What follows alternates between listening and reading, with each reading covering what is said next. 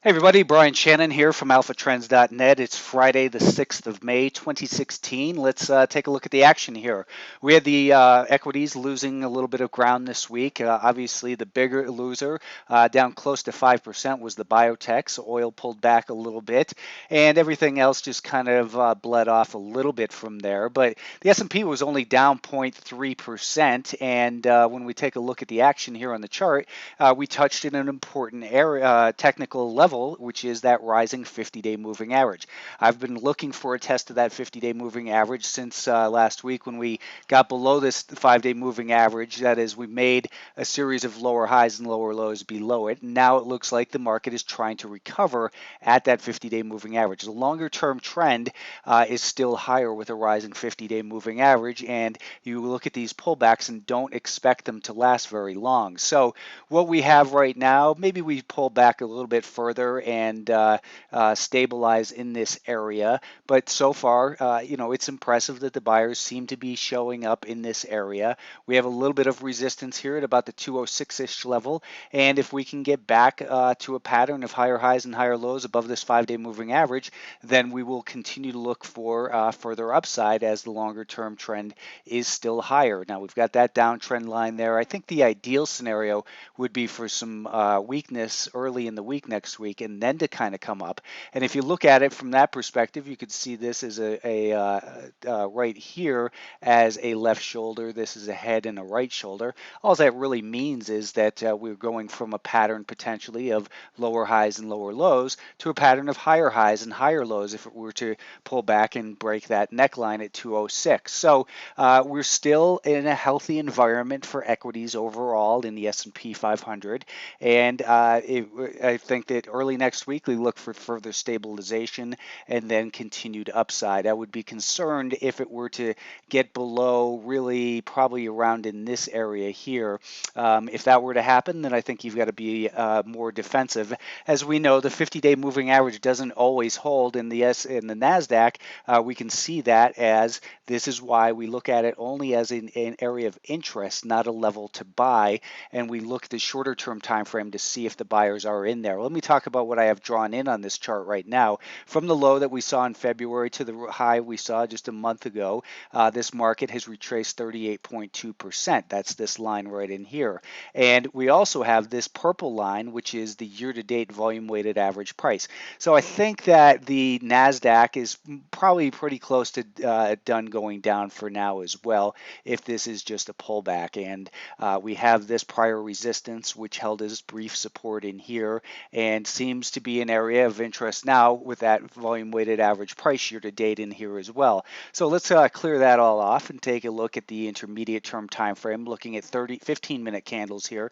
You can see we broke this downtrend line, but breaking a downtrend line doesn't mean we're in an uptrend. It just simply means that the rate of descent has slowed. Now, over the last 3 or 4 days, actually throughout the week, we were trying to find support at this 105 area, and we broke below it this morning and then got back up. So we have the potential here that this, well, right now, this is going to be the important level next week. If we can hold above that, I think there's a very good chance that we do continue to move higher. And we've got a little bit of resistance at this level right now, just under the 105.75-ish area. So I think the most likely scenario for the NASDAQ would be some kind of recovery that maybe pulls back a little bit, then gets going, or perhaps we move up and then find this 5-day moving average become support. I would be concerned, though, if we get below the lows from today. This is going to be very important, measuring against whether this market can sustain an up move from here. So although the trend hasn't revealed itself to be moving back higher, the most likely scenario looks like it should be able to continue to move back up, perhaps towards that 50-day moving average. We have to ask ourselves, when we come down like this, where has it come from? Well, it's just come from 111.5 down to 105. Where does it have the potential to go before it's likely to find some support? And we're right in that area. area. So the higher probability move for next week, I believe, is higher. And what would change my mind is if we were to be back below today's low. The Russell 2000 is still kind of in this downtrend here, not really starting to stabilize as much as the NASDAQ, but we do have the rising 50-day moving average, which we were looking for to be tested, and it was tested here today. So that's a good sign that, again, we don't necessarily want to buy right at that 50-day moving average, but we look at the shorter term time frame and say, do the buyers have control? Are they gaining control? The best scenario in my mind would be something like this, and then we see that that 5-day moving average starts to flatten out. We retake it, and then whatever this higher low might end up being, I'm drawing this in. It's not a prediction, but I'm saying if we saw a scenario like this and then were to break higher, I think you could be looking to get long above this level with a stop above the most recent relevant higher low, and this would create that higher low if that were to occur.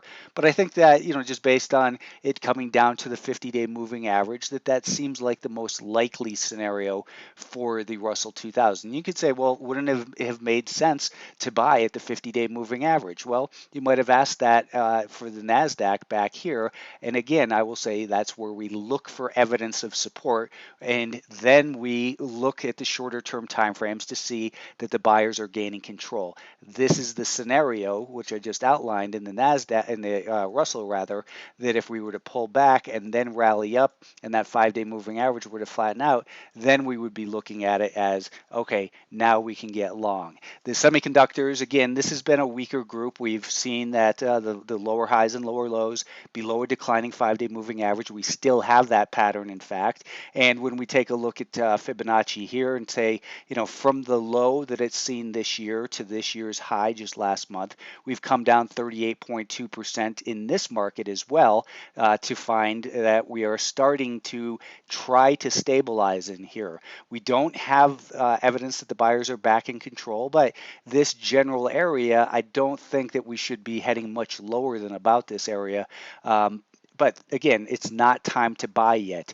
The time to buy would be similar, that if we were to rally up and then pull back from that level a little bit and then to break through and see this 5-day moving average hold as support, then you would want to get long with a stop under whatever the most recent relevant higher low is. And that, of course, always depends on what time frame you in particular trade the market. From a swing trade perspective, I think it's time to start shifting from this market broke down and the sellers are in control to now it's starting to stabilize. The light has gone from red to yellow, and if we can see the recovery here, then it will turn to green in the intermediate term. The biotechs, as we know, this group looked like it was recovering a month or so ago. We had seen resistance break. That resistance held as support, then it bounced higher.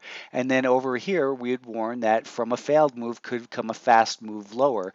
And that's exactly what we've had, as no levels of prior support have held at this point. And we are below the 50-day moving average. Again, people who buy the 50-day moving average blindly until there's evidence, it just doesn't make any sense. So if you were bought right here when it hit that 50-day moving average, it made no sense to purchase, because the 5-day moving average was still declining. And when we see a declining 5-day moving average, it means it needs more time. And by standing aside and number one, not being long, obviously, we've avoided losses in here. And I think that the biotechs now are really kind of, pretty much in a void in this area. They're in this prior range, and I don't see a lot of reason to trade them.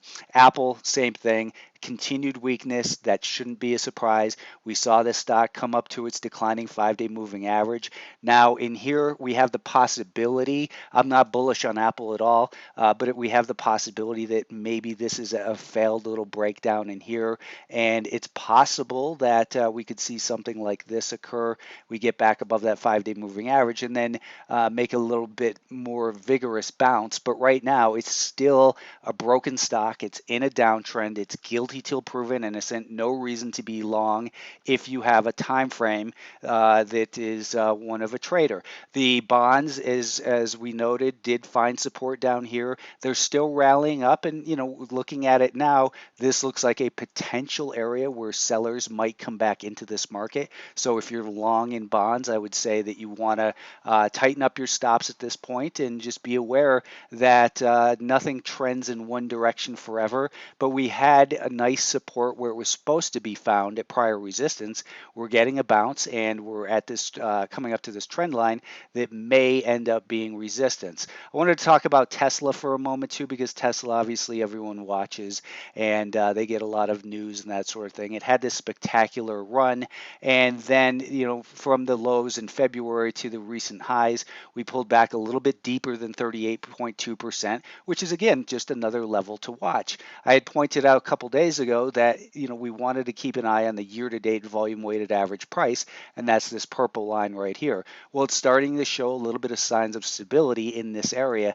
but stability doesn't mean buy. We still have a declining 5-day moving average. It's not time to buy this stock yet. That's going to do it for me. I'm going to be out all next week, so have a good week, and talk to you next time. Thanks.